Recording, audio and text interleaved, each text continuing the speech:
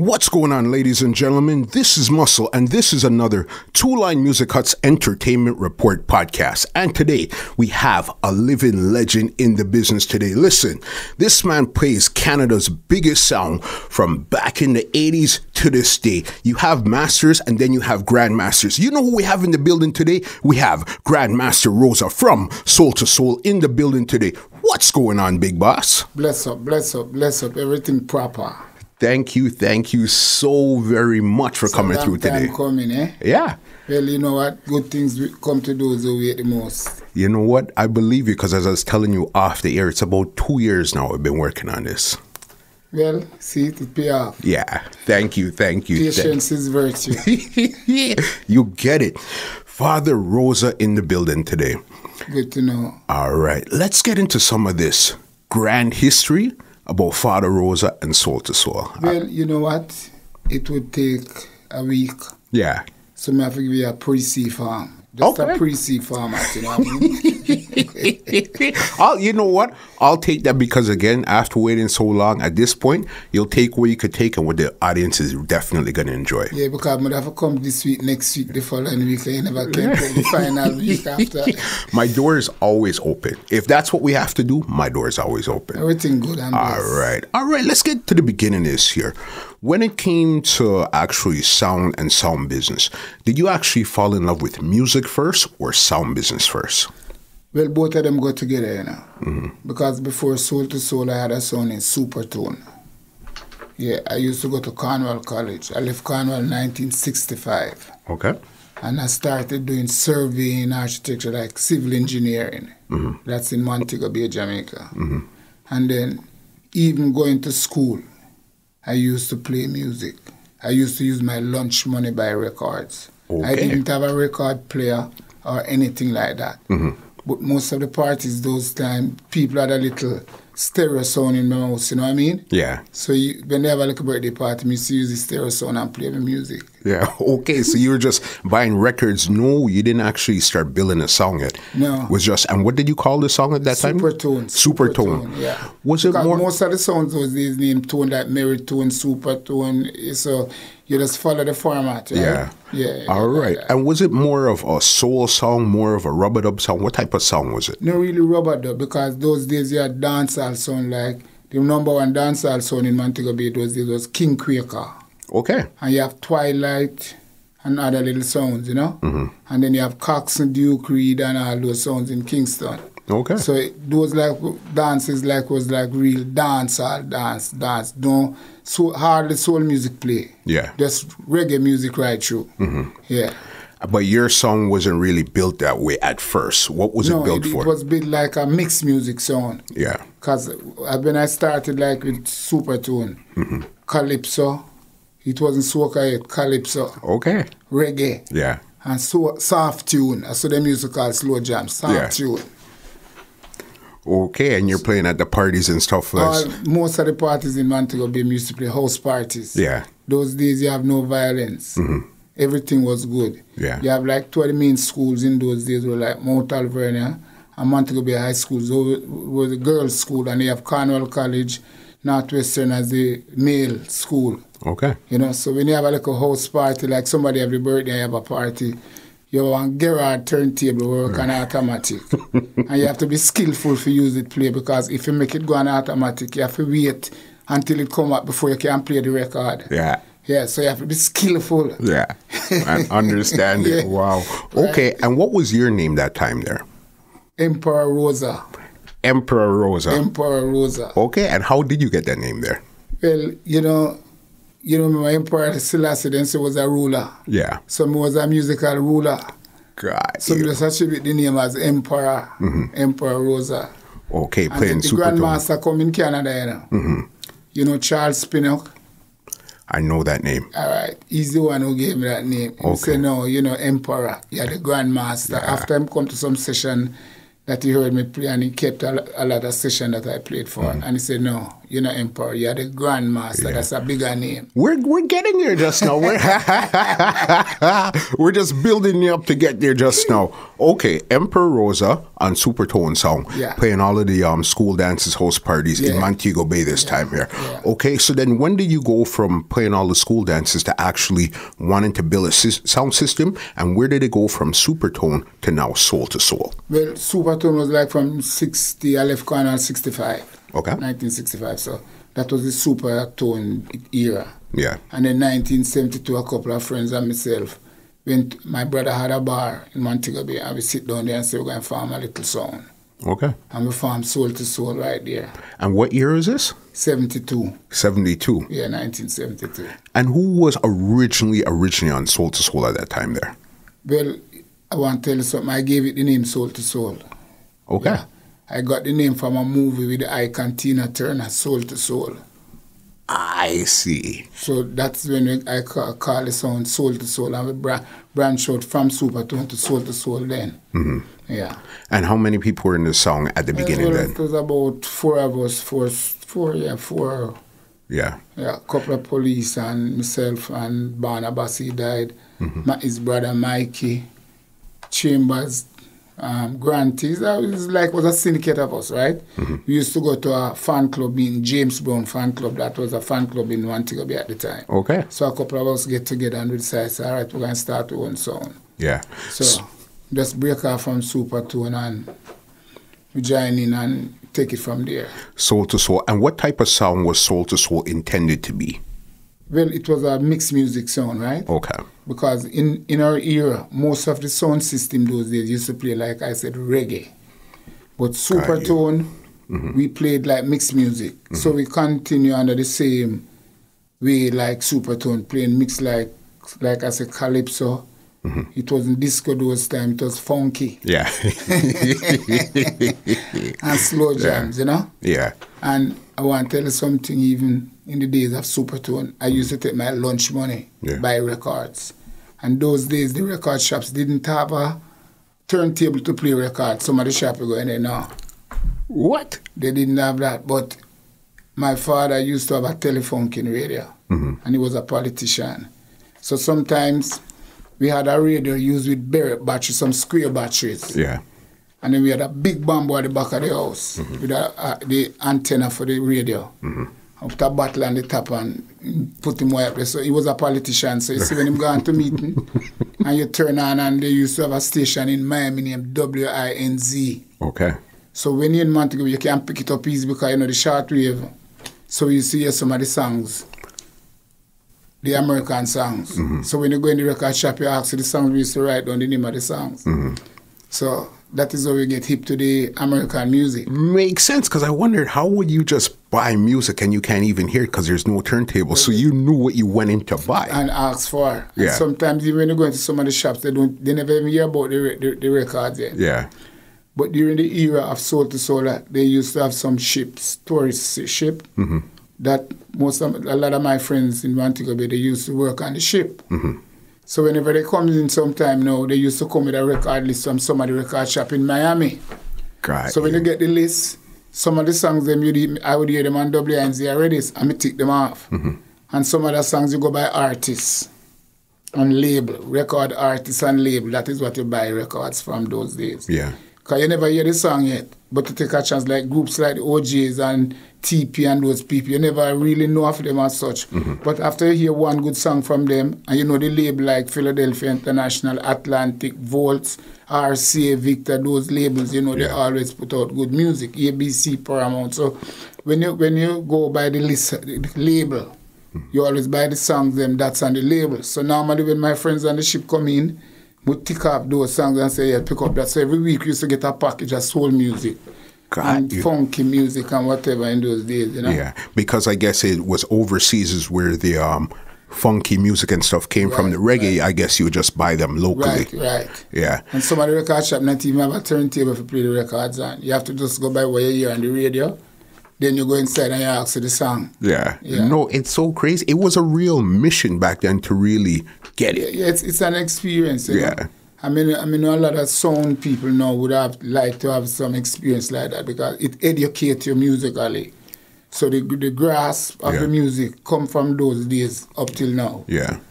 That makes sense. So then, okay, Soul to Soul, you guys started buying, you guys are buying your funky music and the reggae and everything now. So when did you actually start to build a sound system? From the same time. Same time? Yeah, because we had a friend that was an electric technician, right? And he told us the type of equipment to buy. Mm-hmm. So then, the same guys who work on the ship, they would bring, like from Radio Shack, them bring the amplifier, other places, and we used to make them buy the amplifier and come and buy it and come and gradually buy piece by piece by piece. Mm-hmm. And you build up the system. Yeah. And you build the speaker boxes in Montego Bay. Okay. And buy the speakers abroad and some in Jamaica there too. You know? Yeah. Okay, and then you're still playing a lot of house parties and stuff like this at this time here. Yeah. So then when did Soul to Soul actually go from more of a party song to more of a rub-a-dub song? Well, it wasn't really a rub-a-dub song, you know. No, it wasn't a real rub. We used to play, well, actually, when we started playing in Kingston. Okay. So you went from Montego Bay to Kingston? The 14 parishes of Jamaica. We started control the 14 parishes of Jamaica. As a party song or rub-a-dub song? As a party song to a big song. Got you. Because one of the things that we excel is because we play every type of music. Yeah. Most of the big sounds play rub-a-dub music, but we play a variety of music, so we used to attract a broader cross-section of people. Yeah. You have ladies and gentlemen and boys and girls who used to come around, you know what I mean? Because we try to please everybody, so we continue on that format ever since today. Okay. Yeah, we never specialize like in reggae music. Every kind of music. It was every type. So because of that, we always have a following. Got you. And then you're saying, so then when you got to Kingston, that's where a shift happened for the sound? No, the sound was big before, you know, because we used to play like Port Antonio, St. Anne's, playing at Jack Ruby Yard and all them things, you know, with Jack Ruby sound, you know. Yeah, man. Okay, Soul to Soul. Yeah, man. All of the big sound in Jamaica. You have Virgo. They used to have a beach in Montego Bay named Cornwall Beach. Yeah. When the sound get big now, we used to play like with 8 double 18 boxes. Yeah. And tapping and on and Twitter and everything. So all the big set them from Kingston come down and them play Gemini, Virgo, all of the big set them all over Jamaica. Kingston, Ochi, everywhere. Okay. They used to keep dancing at Cornwall Beach in Montego Bay. Okay, so your base was originally Montego Bay, and did you actually export the sound to Kingston? No, what happened is that we got a date in Kingston to play. One of the guys used to be a policeman, one of the part member, right? And he got transferred to Kingston, so I arranged up some session with the sounds in Kingston. The first sound we play, Echo Vibration. Okay. That time Michigan and Smiley wasn't even DJing on them yet. No. Yeah. And it was a daily news that in New Kingston, that's where that session keep. Yeah. After we played that night, the people then said this son can't go back a country. Just like that. Yeah. Yeah, they said this son can't go back a country. And it happened till we go back because we had engagement at Montego Bay. The next time we come to Kingston, at 2 months we stay at Kingston before we go back to Montego Bay. What? And at this time, because I remember hearing a 70, I think it was either 70-something or early 80s with artists on Soul to Soul. Yeah, 75. Okay. 75, 76, we start have live artists, and we used to have 3 at the wickedest young DJ in Jamaica. Which 3 were they? Ringo, Lone Ranger, and Welton Irie.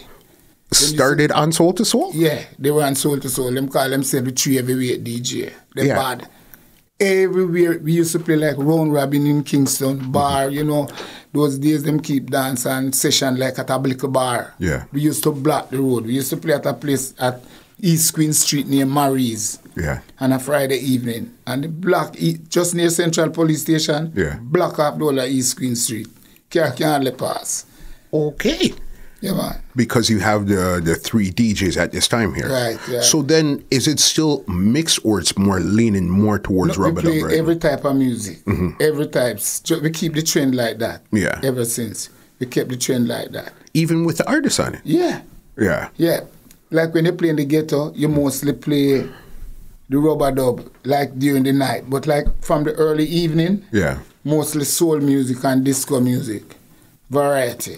We keep that trend, variety. I see. So it really depends on where you are, the time and everything is what you're going to play or how you're going to really suit. You suit the crowd. We never stray. Yeah. We still always play with slow jams and with funky music and everything, just never stray. We keep that pattern ever since. Yeah.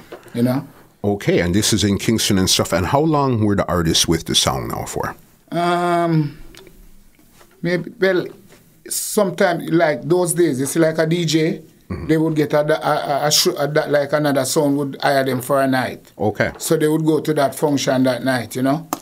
So, and it happened like that all over, because sometimes one night we might have U-Roy and the set, one night we might have I-Roy, special guest. It depends on the promoter that's keeping the event.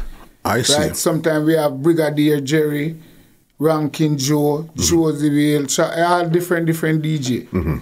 Well, those days I think Josie was like a more younger DJ than them. Those times. Yeah. Okay. And them used to have a sound that them like Sturgaff. That was in the later part. That had their sound. Yeah. And you know, DJ always stick to them sound. But Lone Ranger was like our number one DJ. Yeah. Because a lot of the songs that we have on record make from soul to soul dance. What? Yeah. We used to like have a little lyrics right out and give him, you know. Yeah. Richie, Captain Richie. Yes. I brought him on Soul to Soul, so he was a part of Soul to Soul too. Captain Richie that you see in Canada here. Yeah. Okay, so was Captain Richie as the selector? Yeah, he was mostly the mic man. Yeah. Yeah. Didn't realize that part there, because I did sit down and speak to Captain Richie, but I thought he was more the selector. I didn't realize he was more the mic man. Yeah. We used to do most of the selecting, but Richie selected, you know what I mean? But I was like the major, the main selector. Yeah. And Lone Ranger was your ace DJ. Yeah. Yeah. And did you actually produce any songs with any of the artists back then, or that wasn't really your thing? No, we never do any record producing. But a lot of artists, like when them do them song, them bring it come for us to promote, like bust out them song, them call it, you know? And those times, I guess, that was what was considered a dub plate, which was pre-release at that time there. Right. That was that dub plate, because, like, I was even talking to Richie a couple of days ago, and you see that album Bob Marley and the Wailers make with Waiting in Vain and those songs? Yeah. I'm the first sound in Jamaica that played that. When we got those songs on dub plate, yeah, they didn't even properly mix. The rough mix at Channel 1 studio. I never forget the day when I get them. And this is a Bob Marley and the Wailers album. Yeah. Wow. Yeah. We never get the whole album, because the whole album never mixed, but we get like most of the songs on the album. So we used to play them on dub plate. And a lot of times when we used to even go to studio. In those days, you know what was dub plate? Rhythm. Got you. So like an artist sing a song, you'd have to go when the producer is in the studio, and then you ask the producer to give you the rhythm, or if the studio has the rhythm, you cut it like so you'd have the singing song and the rhythm, and then after that, 2 songs on a plate, right? The singing and the rhythm. Yeah. So when you play the singing part now, and when the rhythm come, our DJ jump on the rhythm.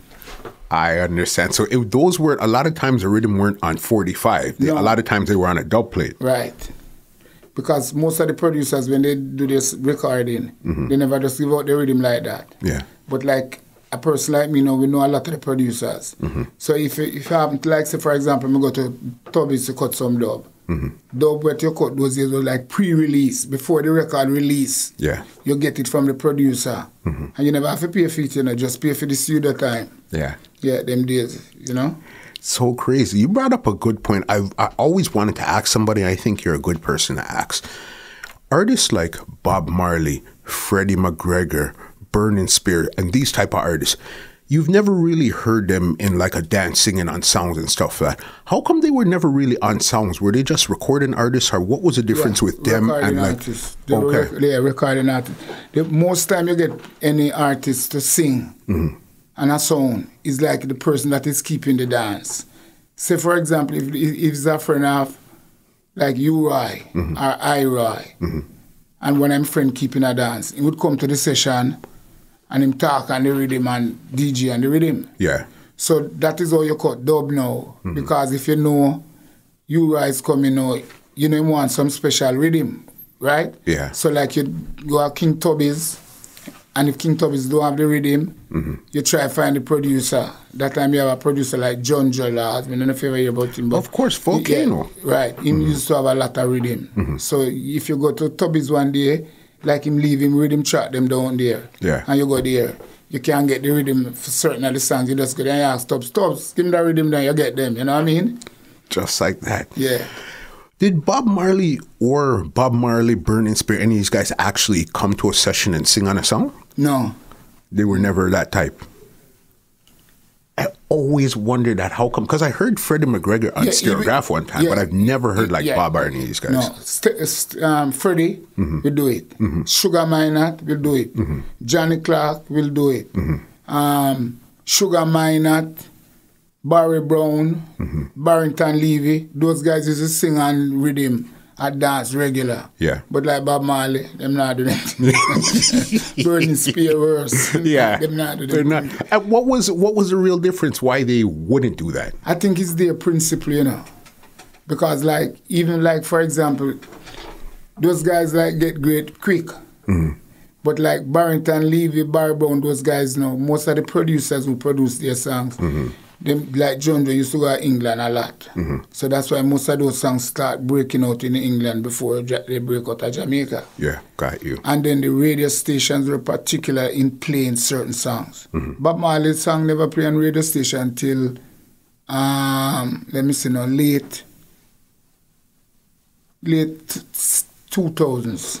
Yeah, early 2000s, somewhere around there. I think one of the first songs I played on radio, one of the first Wheeler songs was, I Know It Hurts to Be Alone, that song there. You mean not 2000, you mean 80s? Yeah, 80s, I mean, yeah. Yeah. I think that was one of them first songs I played because, you see, the people on the radio station, they have a iffy belief in Rastafari. So that was like one of the reasons why they never too like to play those type of songs. They used to mostly play like the Ernest Smith and those kind of artists, Bob Andy, Marcia Griffiths, and, you know? So it was like a radio politics then. Yeah. Yeah. Okay, crazy. That I always wanted to know how come you've never heard like a Jimmy Cliff on a song and stuff. Yeah, well, them never really come, like I said, them the show. Yeah. But like to come into a dance and sing, it was the young DJs and young singers now who started that. Got you. You know, so that is where the dub plate come in now because you have to get the rhythm. So when you play one rhythm and you find like 6 artists in the dance now, like Barry Brown come and he sing one part, Sugar Minott come and sing a little part, Barrington Levy come and sing a little, the DJ them come and Trinity and them DJ a little part. So sometimes when you run one rhythm, you run for a good while and every one of the entertainers them in the dance take a little piece and gone, you know what I mean? For sure. I remember those days there. Yeah. Back then now, the 70s and 80s, who were some of the songs that you actually clashed in that type of style back then? Well, like Jack Ruby. You clashed Jack Ruby? Yeah, man, right in my yard. Yeah. Yeah, man. It wasn't really like sound clash like now, you know. Those was like friendly stuff like, you know what I mean? And you have like Echo Vibration. Those clashes were different from now. Explain. Because like owners to the system were reputable people. So people no cuss bad road and all them things and microphone and dance and disrespect people. Everybody just do it for fun. It was like a fun thing, like you laugh and when dance finish everybody happy to talk and say, me win and this one, you know what I mean? It's not like now where it's a different vibes now. Now it's like dog fight dog, you know? So what I believe that it take away the glamour, the clarity of the dance complete. For sure. Because no matter how you see, you like a clash dance keep, check the people that go there. It's not the regular dance people who would go to those nice nightclubs and all that. They don't go there. Yeah. It's just mostly like ghetto people, I would call them. Not I'm discriminating people, but it's just like the people that would go to a clash dance, right? But like you have a dance now, like most of the dance they might play like oldies dance. You find nice people come because they know them going to get like a soca, soul music, disco. from 60s, 70s, 80s come right up to present. So they get a wider variety of music. Yeah. Like when they go to a clash dance here, it's like living hardcore. You know, see man they dance with them and everybody stand up and they speculate. Yeah. So no fun in that. Different. Yeah. I want to know, with the Jack Ruby clash, who actually won that clash? No, clash wasn't like that, who win and who lose, you know. Yeah. You just play music. And then at the end of the night, you hear people say, boy, Rosa play some wicked tune pan Jack, and Jack play some wicked tune pan Rosa. And it just gone, everybody a good friend see me, you know. And keep it moving. Yeah. So it was like family affair. Got you. Unlike now, two sound play and them clash. And the next day, the owner for that sound not talking to the owner for this sound. And then disrespect, and you go up on social media. Yeah. And no. It wasn't that like was that. more like, in those days, it was like a family affair. Yeah. So you enjoy those things. Okay. Yeah. How long was Soul to Soul really doing a lot of stuff in the island before you actually migrated to Canada? I came here in 1982. 82? Yeah. Okay. Yeah. So did you come with the song, with the intention playing the song, or what was the idea when you came No, I up? come here like on a vacation because my smaller brother was here. And him spend vacation in Jamaica. And him say, come. Yeah. Because those days you never need no visa or not like that for come. You just buy a ticket and come, you know? Okay. Yeah. Yeah. So I came here in 82. What he did now, him find all of my schoolmates who used to go Canada and everything and say, don't make him go back, don't make him go back, talk to him. You know? Yeah. And he growing and growing and growing until me say, you know what? I'm going to build up on sound, you know? I'm going to build up back soul to soul. Yeah. I'm start by pieces of equipment, little by little, and build up back the sound. And then there was a place at Eglinton and Kiel, Crown and Cushion, like a after hours thing like, right? And somebody said, them care, I'm going to test out my sound. A friend of mine named Dick. So I go down and set it up and test it out. And the guy who owned the place said, boy, the sound can't leave here now. Yeah. So this is the second time in your career where they hijacked the song, where it's like, one time was when you got to Kingston, Right. this song's not leaving. You came to Toronto, Crown and Cushion, Same thing, right. you're not leaving again. So then now, I start play down there every Friday and Saturday.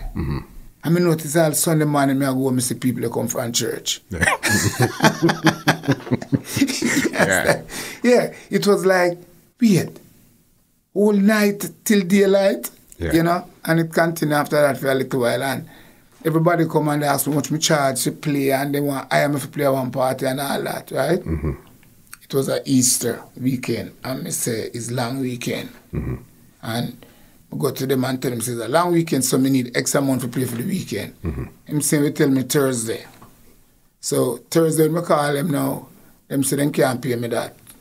So I call another friend of mine from Montego Bay and tell him, and him say, hold on. And he call one of them friend, and the friend say, must come over their place, come play. So I go over there, go play the 2 nights, and I get 3 times the amount one did ask them for before that. Yeah. So I never bother go back down, they go play either.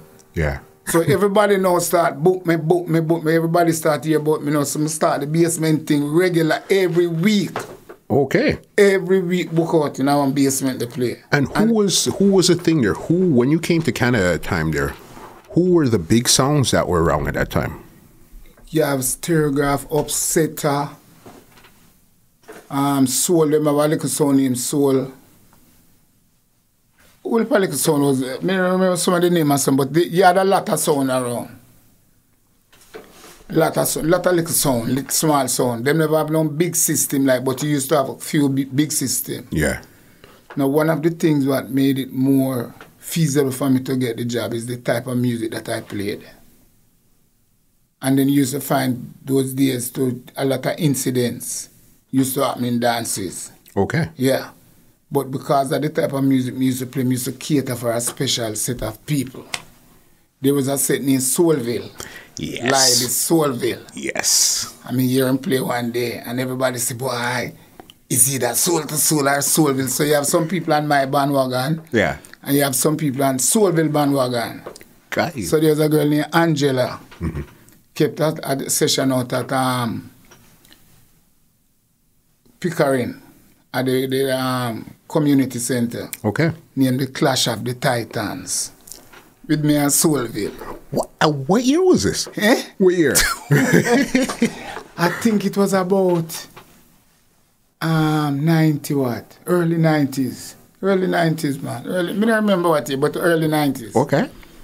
And believe me, that was the night when Soul to Soul control Canada. Okay. After me and Soul, we done play that night. I lock him off. Personally. and we don't curse one another like our sound business do it. You understand? Yeah. Music, just music. Yeah. And this was you as Rosa playing Soul to Soul? Right. And Lydie playing Soulville. Okay. And there was nobody else playing the songs at that time there? Wow. And the fact that this is the night of the champions. Yes. So it's like Clash basically of the Titans, them call it. Yeah. So whoever wins this night here is going to really move on. And then from there, everything started to roll. Club Desire. Yes. Regular. Yeah. Every Sunday evening. Soul to Soul Club Desire. All of the club them, we start play all of the club them on weekend and all that, you know? Yeah. And continue for that. And it's just like an evolution in the dance business. Like, you know, you get to different stages. And when you're at the top, everybody want to get a piece of you, you know. But me capture the top forever. Yeah, for sure. All right. So let's go through some of these 90s. So then after the big Soulville clash here now, you started to do a lot of parties and stuff. When did you start doing a lot of the STS promo and now Soul to Soul promo? Yeah. Well, shortly after that, we used to keep some dances and all that. Remember this place, Dawat Banquet Hall? Yes. Yeah. And a lot of promoters now start hire me now to play at every dance for them keep. Or a lot of promoters. And like most of these places now, it's like me establish them. Because my set sound good. So you have like St. Clair, Hungarian Hall. Yes. Couple dances at Concert Hall. And all those places now, me always get jobs to play at those places. And the business start, like me educate the promoters now. Because even the sound people, at one stage I invited Louise, who was the president of the sound system in Jamaica, to come Sound System here. Association. Yes, to come here and we decide to form a sound system association. Because, you see, a lot of things with sound people, they had ego. Yeah. But for me sound better than your sound better than mine. So, one of the things that me try to educate them with is that, listen, you bring your sound to an event and you play, you're supposed to get X, Y, Z. So we started all that now and we invite Louis to come and talk to us and we register the Sound System Association. And this again was in the early 90s? Yeah. And who were the original members or some of the original members that was in the sound system, the Canadian Sound System Association? Well, yeah, Barry Culture, Soulville, I think Upsetter, Tempo, High-Tech, all of those sounds was part of it, you know what I mean? And then it was like a sound system and promoters association. We have legal people like Ramsey Dredd used to be a part of it and Wilson and all. Everybody is like a unified thing like. Yeah. It was very good. Started very good. And everybody humbled yourself and it was going good. And it created something better for the promoters and the sound people. Because we had a scale of rates. Okay. Yeah, to make sure that the sound them get paid when they play out. Because you know promoters stay, but people foot and all that, right? So we used to make sure, say Hungarian Hall. If a sound going set up, if a guy going set up and play in a Hungarian Hall, you must charge XYZ. If you're playing in the one in Mississauga there, right? Club Caribbean, you have to charge such and so much. That means everybody would get paid for the job that they do. Okay, so everybody elevated the sound system to a higher range and better for everybody, you know? Yeah, so everybody used to eat some food. All right, and was it like they had to pay dues, or how did you actually get into the association, and what were the benefits of joining or not even joining? Well, the only thing is that if he's not a member, we would want to play with your song.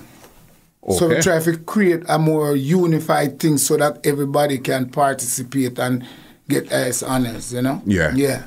And it was something where I guess they had member dues or whatever it was, monthly meetings and all of those. We set up something stationed very good. At one stage we even have a lawyer. that was part of the association. Yeah. And we associate it now with the club. So that do it like clubs and sound system together. Yeah. Okay, and how long did that last for? It lasts for a good while until everything get broke up. So then where did the cracks start to happen, and where did it actually just disintegrate altogether? I think part of it is like everybody start complaining, say me they get the whole of the work. Some of the sound man them really say that, but you see what some of them never realize is that it's not a matter of me getting all of the work. Is when you please people. It's like, for example, people used to keep a lot of show with Dennis Brown because Dennis Brown wanted to entertain every crowd. So it was the same aspect, you know what I mean? So then everything started revolve like from Okay, so then again, because when the association was formed, you were, I guess, one of Canada's big song at that time there. Yeah. So then clearly going in, people would know, clearly you sit at the top of it because you're the big song at this time. Yeah, but me never look at it like that, right? Because me say it's a big pie and everybody can get a slice. So nothing's wrong with that, you know? I mean, like, although everybody want to book me to play, but if me can't play, but I say, use that sound and use that because me book already and all that, you know? Yeah. But sometimes the promoters, them just want my sound to play. Yeah. And then sometimes it reach a stage where my sound did really sound good. So most of the session, me set up my sound and all that, you know? Yeah.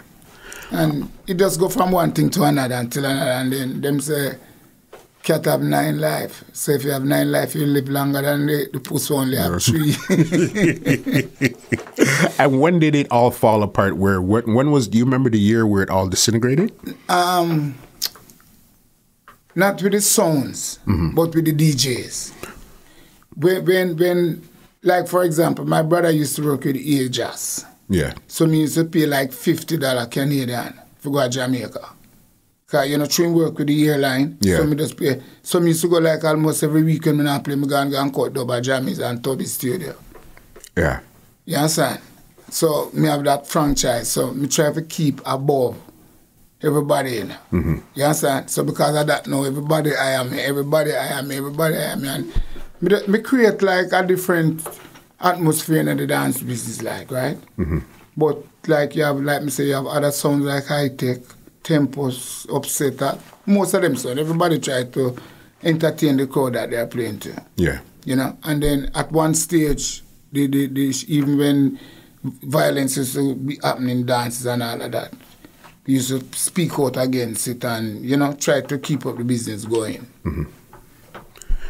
Wow, it's like when you see a lot and you go through a lot, it's quite interesting what you've seen over the time. You brought up some names, the high-tech, Stir Prophet, Tempo, and those songs there. Was there ever a clash where you had to clash all you guys at one time? Well, it's funny, you know. Yeah. Sometimes we have some little baby clash those days, you know what I mean? Like little baby clash. Because we never disrespect one another. We always respect one another. Yeah. So like how we used to like how them have clash now, right? And it's a sound man here, they cuss the next sound man. We never do them things there. Yeah. As a matter of fact, me only talk on mic. Okay. Yeah, me's not a mic's person. Richie used to do most of the talking. Yeah. And all that, and Rufus and all that. And so me's not a, but we had a policy. No swearing on the mic or you're gone. Okay. We don't play any record with bad word in it or anything like that. Not like that. We try to set the level different. So we get more respect from the public because it encourages a lot of people to come to soul dance ever since. And we maintain that until this day. All right. I remember me personally, when I was going to like some soul to soul dances and stuff, one of the first big selectors I seen playing on soul to soul was Ian, originally from Roadstar. Right. Was he one of the first selectors that you actually hired on after you brought the song up to Canada and stuff now? Yeah, I brought him here. Yeah. And Funky too. Used to play soul to soul too. I didn't know that. Yeah. Yeah. Yeah. So you had brought Ian for a dance on Roadstar, or you brought him as a selector, say, hey, listen, I need a selector for soul to soul. You're not, I'm bringing you up to come play the song. He came with Roadstar and after coming, him like the idea and him like the set and everything. Yeah. So we do some paperwork and make him come, and he was like the DJ, selector and everything. Yeah. For the set. Yeah, Funky, the same thing too, and it was like that, you know. I did not realize. I know Ian for sure, but I didn't realize Funky was on it also. Funky was on the set too, man. Yeah. Didn't know that. Yeah, everybody get a start. Yeah. Yeah. And how long was Ian for? Captain Richie to the same thing. Yes, because I know Captain Richie started in Jamaica, then he came up here and did a couple, but he wasn't around longer. I think Ian was probably the longest out of all of them. Yeah. What were some of the dances you remember with Ian and you on Soul to Soul playing? Some good dance, man. Some wicked dance, good dance. We had a good combination together. Mm-hmm. You know, because I was doing most of the selecting and he was mixing and talking on the mic, so we used to mash up the place. Trust me, mash every sound afraid of Ian. Yeah, no. Because wicked. Him is one of the first selectors where he was like a mix master. That was the team of mixing, you know. Yeah. Because most mixing was like in hip hop and those type of stuff. Yeah. So when you have a person so versatile in a reggae, you must know it creates a impact. You know. Yeah, it was good days. So and the beauty about it is up to this day we still have a very good relationship because I believe in living clean, no animosity. Everybody that select and soul to soul until this day, we are good friends. Yeah. It's not like you're going to be an enemy to a person because maybe a person wants to start something for himself. You can't kill him for that. You understand? Yeah. So, liberty and those type of things to me is what make you strive. Yeah. No, for sure. Even right now, I know you have one of the best relationships with Father Paul Stone Love and Jimmy Metro. Everybody. You understand? Because I was around before them, you know. Yeah, man. When me leave Jamaica, the first time Stone Love come here and play, he didn't play with me, and like somebody tell Reaper, say, when you come back to Canada, man, make sure you play with Soul to Soul. Yeah. And we've been friends ever since. Yeah. Ever since. Metro, I knew him before because he used to work at Dynamics. And Metro was a soul. Them used to call him Soul because only soul music he used to play. As Metro Media? Yeah. That time he never have the name as Metro Media yet. Him just like was a DJ, them call him Soul. Yeah. So like most like a bar session at Kingston and thing, you know, and play and all that. When me go Jamaica one time, now on vacation, I'm going to dance. See a Metro? That time I have Danny Dread, Tanto Metro, the whole of them DJ. Me could never believe. Yeah. No. And like Metro, I knew Metro before Repo, right? Because I used to work at Dynamics. I used to have a record shop in Montego Bay in my school era. Yeah. So I used to go there and buy records. So that's how we meet Metro. And me, ever since, we are like not friends, brother. Just like when people come here and meet him and we talk and we go down and that. Brother. Yeah. So most of the sound people in my era, we are like brother Jaro, PSRC, all of those sound guys. Virgo, they used to have a set name Virgo. Yes. We're like family. Because of, you see, now the younger people have a different aspect of life and sound business and all that. They're more worrisome. Yeah. In our time, everybody was like a family. So we create a platform for others to follow, but them not follow it because they want to stray. Yeah. Kilimanjaro, I'm a good friend, same way. Okay. Yeah. If I go to Jamaica and Jaro, they play, I don't hear none of the dance. I sit down and carry the whole night they talk about from when Adam come right up. Yeah. Yeah. Mr. Harper. So, yeah, man. Good friend. Yeah. So, me have such a relationship with most of those sound owners from those days till today. Yeah. Because I know one time you were doing the exclusive bookings for Metro Media, Stone Love, and all of those songs. We still do it. Yeah. I guess it's because you guys were coming from so far. They liked what you were doing. Yeah. You had a good way of putting together the business. Exactly. So they figured, let's trust you. Exactly. That's the thing. Because it's a business. Because one of the biggest things right now, even in Jamaica, sound business. Yeah. If you go to Jamaica now and you see some sound, you're shocked. Yeah. $20, $50. They have a sound thing coming up soon with 12 sound at the National Stadium. Okay. Yeah, they had one before. Yes. Yeah. Okay, no, it's sound business. Yeah, it's a business now. It's not like before it was like a joke thing, because most sound people before used to work 9 to 5, and the sound was like a side thing. But no, it's a big business. All over the world. You're right. Yeah, all over the world. It's a big business now. Yeah. And it's like it explodes right all over the world now. You know? You're right. Talk to you about your clashes from back then when you were doing with Jack Ruby and stuff like that. But one of the big ones I remember, Canadian history, was Soul to Soul versus Digital. I remember that. I think Ron Nelson kept that dance, right? Yes. From that night, I don't think Digital play again. Let's talk about that clash there. That was a wicked clash, man. Because me did have all the metal, all the tool. Because you see, me don't believe in a boasting about music. Because you don't know what's in another man's back. You understand. And at the same time, you can have the wickedest song, but if you don't play the right song at the right time, it don't mean anything, you know? You have to know when to play what. Yeah. And that was a wicked dance. And what do you remember? Who was playing Soul to Soul at that time? Me. You were playing Soul to Soul. Who else was on the team at that time? I'm trying to remember if Ian was on it that time. Possibly. Yeah. Yeah, I think Ian was on it that time. But it was the most started selecting, like, you know. And do you remember who was playing Digital that night there? Bumpy and... I don't remember the name of the guy. I think it was... Richie? Yeah, I think it was Richie. They used to play Lee's Unlimited. Yeah. Yeah, and what do you remember? What do you remember in particular about that guy? Even though I know this is like 94 and that's a while ago, I want to know what you remember about, because that's an epic Canadian historic clash. The Ninja Man song them want me play. Yeah. The Ninja Man song them, man. The Ninja Man. Because those time, you know, Ninja Man was the king, you know. I mean, real out the Ninja Man. Nobody much never know about Ninja Man. The Ninja Man was the king one. The king, the Ninja Man, the Ninja Man. Ninja Man. And that right there, that was Soul to Soul when that clash there. Yeah.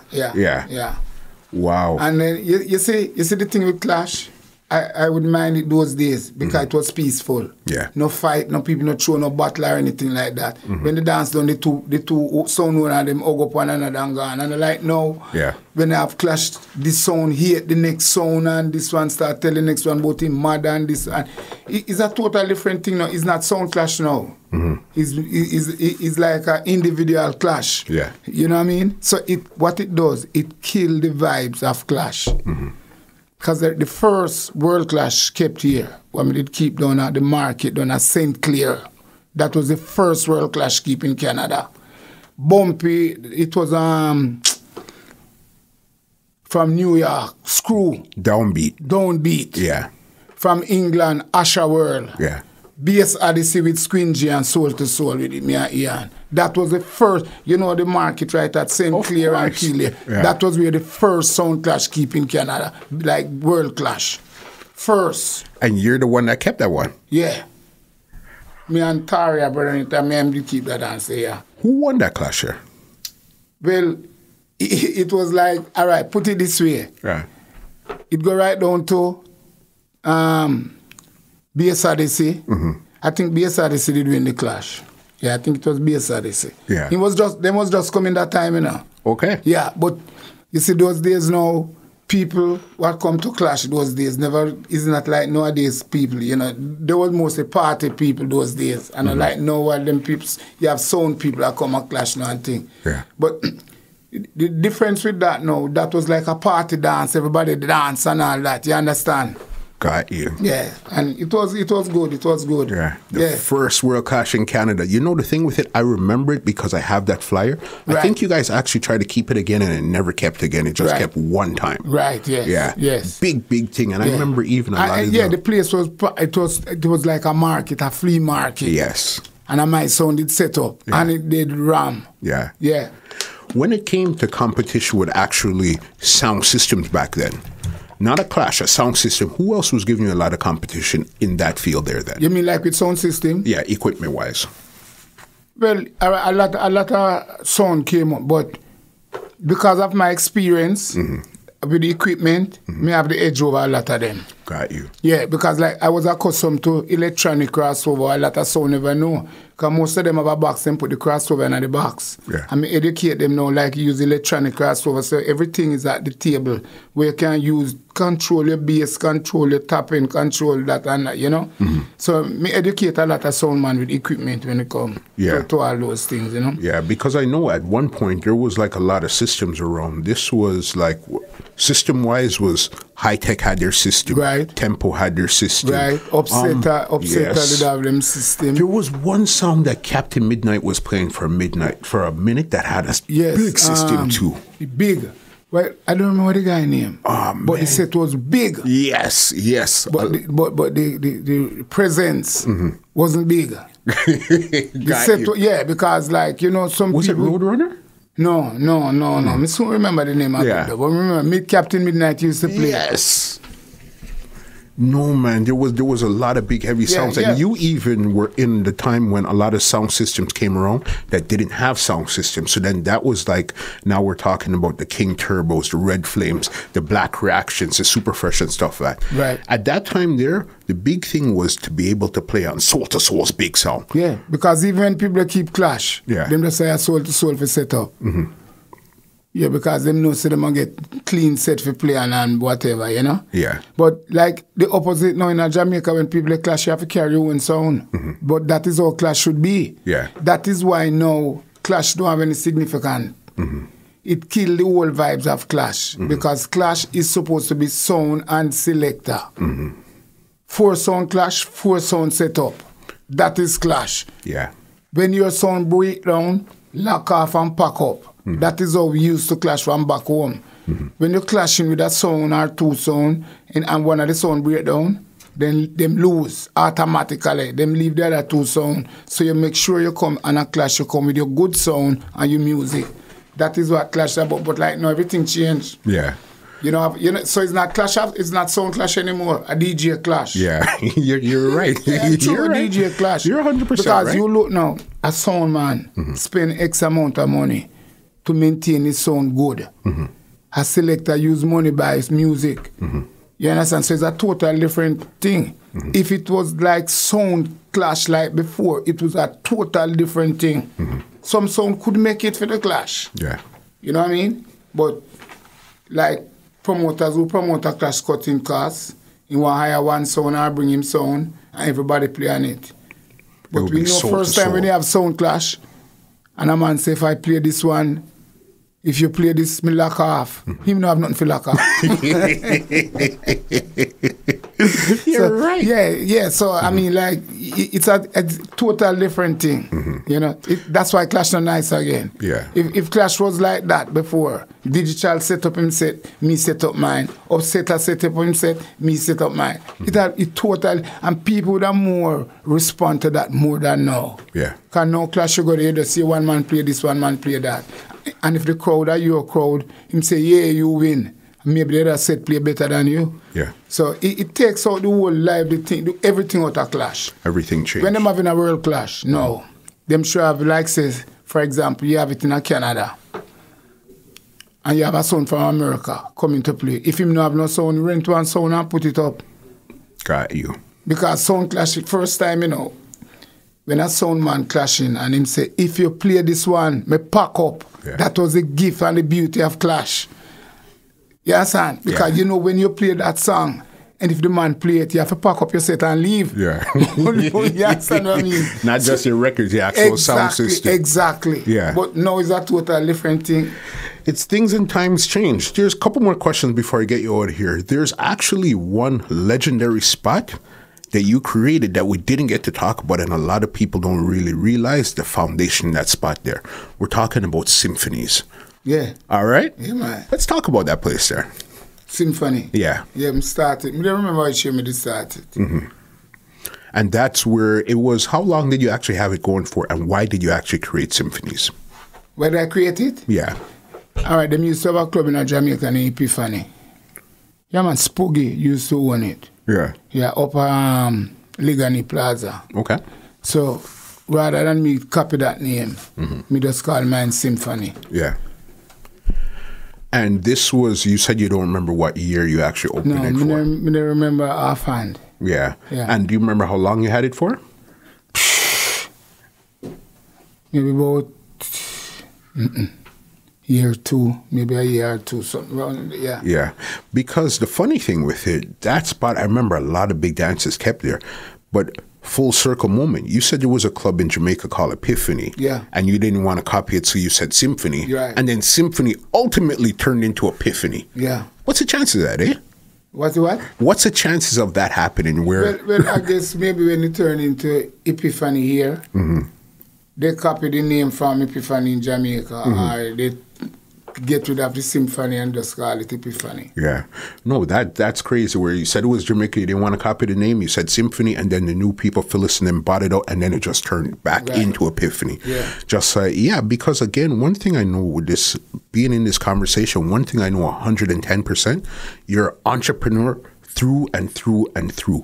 Everything you try to put together, you try to structure it properly. Yeah. Sound system association, having a sound system, playing music, every way you always wanted to structure the business properly. What do you find is the biggest difference with dancehall right now than when you first started out in it from a Canadian standpoint? Well, first, different set of people go and dance now than before. The kids that go to dance now is not kids that grow up under parentage. Okay. Kids before going out and the parents say no, they couldn't go. It's the opposite now. Kids don't ask parents if they can go. They just say, Mom, I'm not here, I'm gone. Yeah. So the gap between kids and parent now, it changed.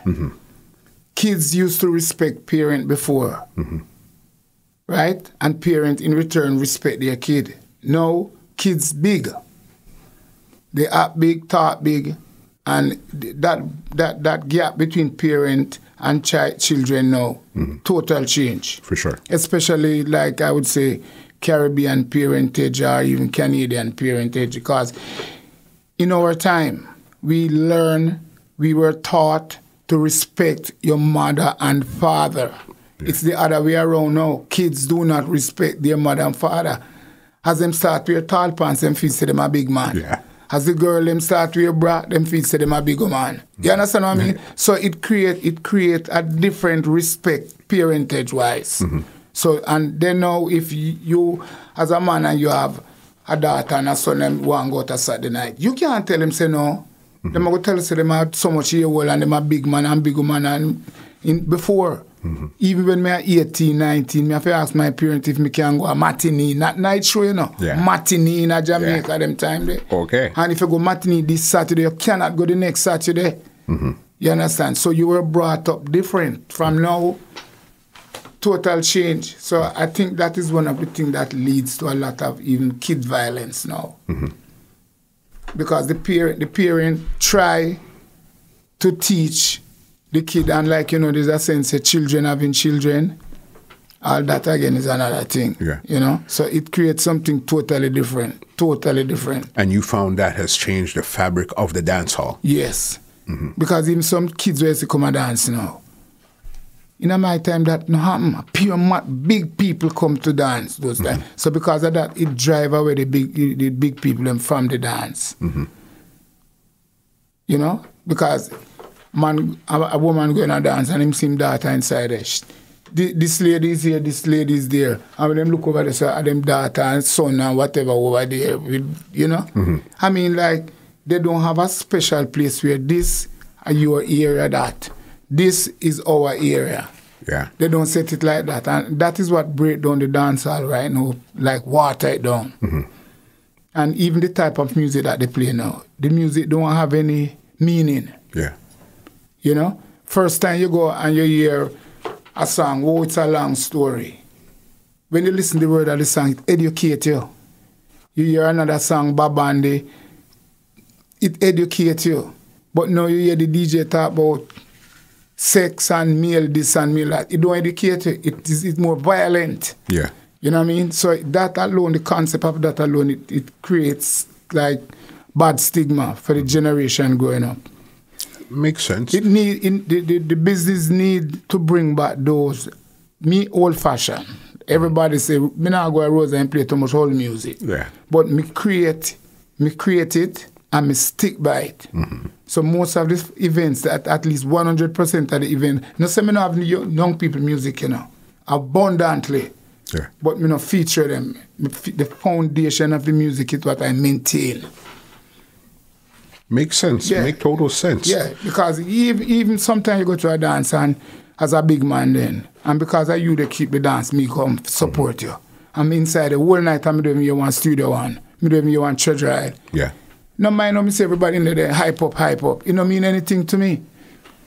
You understand? So it's totally different. You have a lot of people like that around. You know? So me just try to create for those people, cater for those people, you know? And keep it moving from that point there. Exactly. When it came to even violence in the dance hall and stuff like that, we know this has been happening from back in the 80s and 90s and even right now. Do you find that there was more violence back then or more right now? Well, there's more violence now. In the dance hall? Yes, there's more violence in the dance now. Because before, most violence in the dance hall was if two persons had a fiction. Got you. And one come inside and see the other one. Then it might create something. And at the same time, you could go to one of the person and say, no bother with it. And it cool down. No, you can't do that. Yeah. You go to the person and say, no bother with it. He push you off too. You understand? Because him feel saying bad more than that, man. And what it does, it kill the purpose. Because music is love. Again, even the music that you hear now and then is totally different. This music more violent. Before, the music educate you. Let's talk about love, No one no talk about love. Yeah. Kill the boy and no care and, you know what I mean? Yeah, so it's totally different thing. So there's nothing with the music now where you can embrace two man one fight and you take one and you say, come man. Let go me on, man. Because he want to prove saying bad. Before, you do that to a person and say, all right, Mr. Rosa, and him come and you talk to him one side and next thing go over to the guy and say, sorry here, son, everything peaceful. Yeah. So that means the dance nowadays is not going anywhere. Because you as a promoter, you want to keep something. You have to fret and say, if fight break, you lose your money, dance mash up, nobody won't come to another dance where you keep. So what the DJs should try and do now is try to create that atmosphere where people can be more together. Rather than creating, even you playing a song. Boy, you go and play a song because the plan say, kick down the boy. And you play it and you're hyping up and I say, kick down a sound boy. Yeah. You understand? So what it does, it create more badness in the dance more than before. You know? And it not do anything for the business because a person come to a dance and him see that, he might say, boy, I never go back, which one me that DJ I play. Yeah. So instead of him do something to bring people to dance whenever him play, him run with the people and that come with him. You know? So they have to look into themselves. You see, the DJ nowadays, the main thing they have to do, you see like how you have the COVID now, them supposed to sit down, look in themselves, and try to create something. Whereas they would make things better for the dance business so they would make some money. Yeah. You know what I mean? They cannot follow up the same pattern like what they had before. Yeah. They have to. They have time now where they can look into themselves and say, boy, muscle, me just say I think that they are not true, you know. I'm going to look at myself. Yeah. I'm going to try to play some humble myself, play some nice music and make people have fun. Don't come with the war business. Even if you're playing a war song, don't extend on it. Because the song say, kill a boy, you're going to take your mic and you're going to say, you hear the boy, and the boy test me, kill it. Yeah. No, negativity. You need more positive in a dance business to create that atmosphere so that people will come out. You have enough big people in mind the new music, them, you know, but them scared to go where that is being played. God, that's really what it comes down to. Yes. Yeah. So what they should look into, they are a part of it. Be conscious. Keep it straight. Yeah. And you see the difference. Yeah. Makes a lot of sense what you're saying, especially somebody that's seen it coming from in the 70s to right now. Yeah, you used to be a dancer, you run up and down, your gunshot, blow, blow, blow, and you run and you break your foot, you break your hand, you fall down. Your woman, where you go to it, slip off her high heel shoes and break her foot and all them things. Yeah. Yeah. No, it's a total different thing. They want to go back the day when dance finish and then turn on the light, it's everybody man holding woman and them come out and then walk peaceful, go and car drive, go around your house, you know? Yeah. Yeah, they want to bring back that days. And the thing is, the people are not edified enough to know that speaking violently on the microphone is like the mic is a gun. Yeah. So it's a tool to create violence. Better him not talk on the mic and just playing song. But him hype it up in a way and him diss the next sound man, and when the next sound man come in now, him a go diss him to it creates some sort of fiction. Because even if it's not a clash and you hear some sound they play, him have something a beef for the next DJ. So him have this is where him come and express it. We shouldn't be so. Yeah. Them should live together so that when they are playing in a place, them share love with one another. And it would make a better place. It would create a better atmosphere. Sometimes you may be there home and you want to go somewhere. Boy, Father Rosa, keep a thing, you know. And you go. When you go there, you see two little young sons they play and them have traced them one another. You're gone, boy, Father, can't stay, you know. It's not your style. I get what you're saying, especially coming from the old school with you. I got 2 questions before we actually wrap up here, okay? When it comes to the dub plates in Soul to Soul's box, give me 3 of your favorite dubs and why. Why? Boy, that is a story for life, man. That is a story for life. Boy, I never know. Me have so much. The floor is yours. Me have so much. Me have a DJ in England named Papa Levi. Yes. And that song named Me God Making. They tell you the truth, I never hear nobody play that one dub in Canada. I don't say nobody don't have it. Yeah. I never hear a person play a song like that. Yeah. You know? Never. Me have that. Me have some bad soul dub too. Like who? Give us a name and tell us why you like that one in particular. Because me know nobody don't have them song upon dub. Who? Okay. Only person, me know me have only person only because put it this way, some of them songs when me have on dub plate. Because me no make dub no killing business and all them something there now. No, me play dub plate what I can play anytime, anywhere. Like me have some nice tune. Me have, and plus me have some nice soul dub too. Yeah. Yeah, Karen Smith, Third World. Me have some wicked classic dub, man. Yeah. Classic dub, man. Yeah, man. And those are some of your favorites. Moore. Yeah, man. Me have a dub plate with and I'm not real good man on Brown. Earth, Wind and Fire. No, yeah. Oh, yeah, me have an ex-artist named Demolition Man Ras Demo. Yes. And do some classical tune for me. Me have about 150 dub plate with him. What? You see, me's a old school man, Studio One. And everyone and most of the studio like me have the cables, all of them Studio One artists. Me voice most of them me have on up, and then Ras Demo come and the rhythm them in bad. Yeah. Remember 5 years ago or 4 years ago, me play a Stone Love Anniversary at Jamaica. And the first tune me play is a Ras Demo tune, and the Nina Simone, My Baby Don't Care rhythm. Right.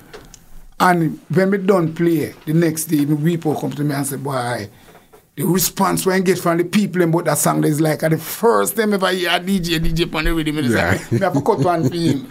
Okay. Yeah. And you know something? You see Bitty McLean Walk Away From Love? Yeah. I've been playing that song here nearly almost a year before next song could I get it. And me get some bad name. Me get some bad name for that song. Everybody they cuss me, I beg me forget them it. I'm saying no. I me get some bad name. I remember we probably play a Germany. And me give him the song and him tell me say I must have 9 times he pull it up when him up on the train to go to England when he play the song. That's one of the legendary reggae songs in the past couple of years in the world. Yeah, Billy McLean Walk Away From Love. That whole album that he had put out there because it had all Studio One type of vibes. Crazy. But you see, you know one of the things that me realize artists don't respect sound man to a height, you will bust out a tune for your artist and you don't get any respect from him. Him go everywhere and hear, boy, a Rosa bust out that song there, Rosa, and him not giving her respect. Yeah. So that's why sometimes the artists them come and you're not about them. Because it's an easy thing for bust out a song, You have to know how to introduce it to the public. Yeah. When me they play that song, nobody in Canada know have it. And every dance me they play, everybody come. You can't play the Walk Away song for me. You can't play everybody. One special DJ used to cuss me morning, noon and night for give me a copy, Yeah. Crazy. You see, you can have every song. Yeah. You understand? Because me have some friends in England. BBC, me don't know if you know him. Of course. Me sorry, me never carry a copy of one song what me do for them one time. I think it was 1975 at Treasure Isle Studio. Me do one song. Me do a song at Treasure Isle Studio. Me still have it, Okay. Yeah. Yeah. Me do, and it come out, him release it on an album in England. Yeah. Yeah. Didn't know that. Yeah, man. When it comes to new school artists, who are some of your new school reggae artists that you're listening to right now and you say, okay, these people are putting out some good music? Me like some singers, me like Benji Myers. Yeah. A.J. Brown, number one. I'm the first person that took him to a record studio. A.J. Brown. He's the lead singer for Third World now. Okay. Right? Yeah. I'm the first person who came to a record studio. Yeah. Boots Brown. Right? Benji Myers. Me like singers. Anthony Cruz. Yeah, them have some nice singing tune. Not some I like DJ, but me prefer singers. Yeah. And some of the singers them have some nice songs. Yeah. And me like when a singer do like an original song. And the words get to you, creep up on you and say, yes, this is a good song. Yeah. Yeah. You understand. Listen, we could sit down here and speak forever and ever and ever. You gave me a little time. We talk a little more. But listen, what we've learned in this little time, especially from somebody like you that don't really do a lot of interviews and stuff like that, it's an amazing conversation to see what you have in your mind and able to tell people also. You know what I mean? Right. Any young songs coming up right now, leave some advice before we get you out of here. For any sound that's coming in, sound, DJ, sound system owner, anything they want to hear from the Grandmaster Rosa. The floor is yours. The first thing a DJ should know when he's going to play at an event is that if it's one or two or three, as long as he's not the only DJ that's playing there, always think about the next DJ to play. Don't think about you yourself. Because one of the things I notice with a lot of these DJs, them say them a race out song. So they go to a dance, and the songs that people want to hear at 2 o'clock, them a race out, all of them a play them for 9, 10 o'clock. So when the next DJ come and play them, you know, oh, me play that already. It not create nothing. A DJ should be have more love and compassion for the music and this event. That when him come there for 2 or 3 DJs playing, them can talk before and say, all right, me go play some early singing song. You can play some next early singing song. You play some next early singing song. And then when you come in, you play your little dancehall vibes, the next one create. And they make the fun good. But everybody play, then the next man come in to play, boy, that play already. Oh, me play that. So it's like before this event start, them fighting against them one another. Yeah. Whereas before, if me and I take and tempo they play, and we say, all right, we're going to play first. And I'm going to say, all right, me play them, can I play some Bob Marley and some Dennis Brown.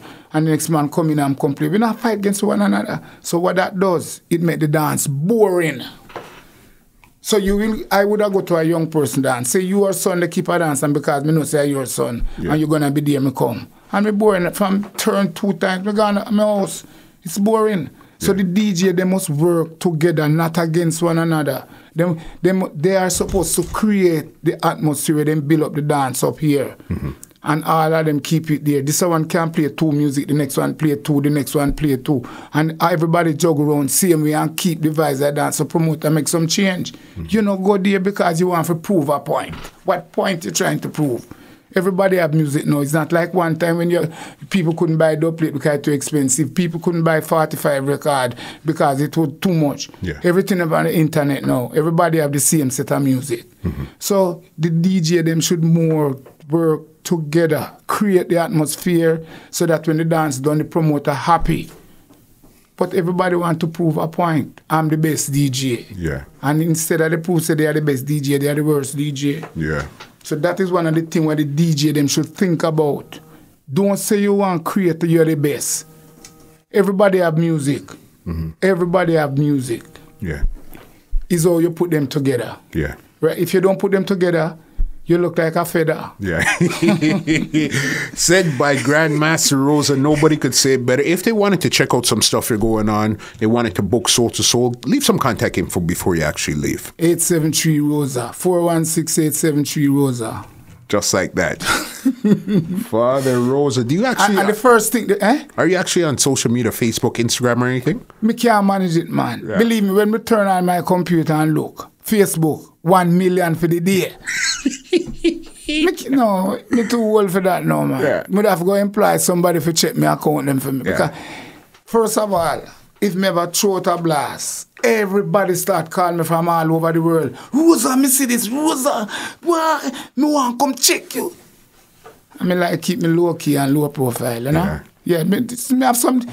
If this thing we all live, we see this thing together, me have some ideas. Yeah. And we keep you informed. Have some ideas, very good ideas, you know. Yeah. Father Rosa, it's been an amazing conversation. Learned a lot. Everybody's going to learn a lot. And again, thank you so very much for sitting down with us today here. Yeah, man, everything's a blessing. I want to tell you something. Mm-hmm. A friend of mine, a female friend of mine, I call her and I tell her, I said, listen, Moses asked me for an interview, and 1 million people asked me for an interview. Mm-hmm. And because me promise Moses, I'm going to give it to him. Other people come to me, you know. Mm-hmm.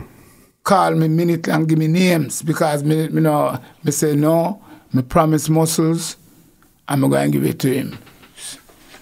Your friend will tell you. Listen, okay, let's be 100% honest. Who actually helped me to secure this interview here? It was Sandra Silver. Yeah, she helped me secure. I said, Sandra, please talk to him. Even though we're good, you know. But I know you and Sandra have a good relationship. Talk to him.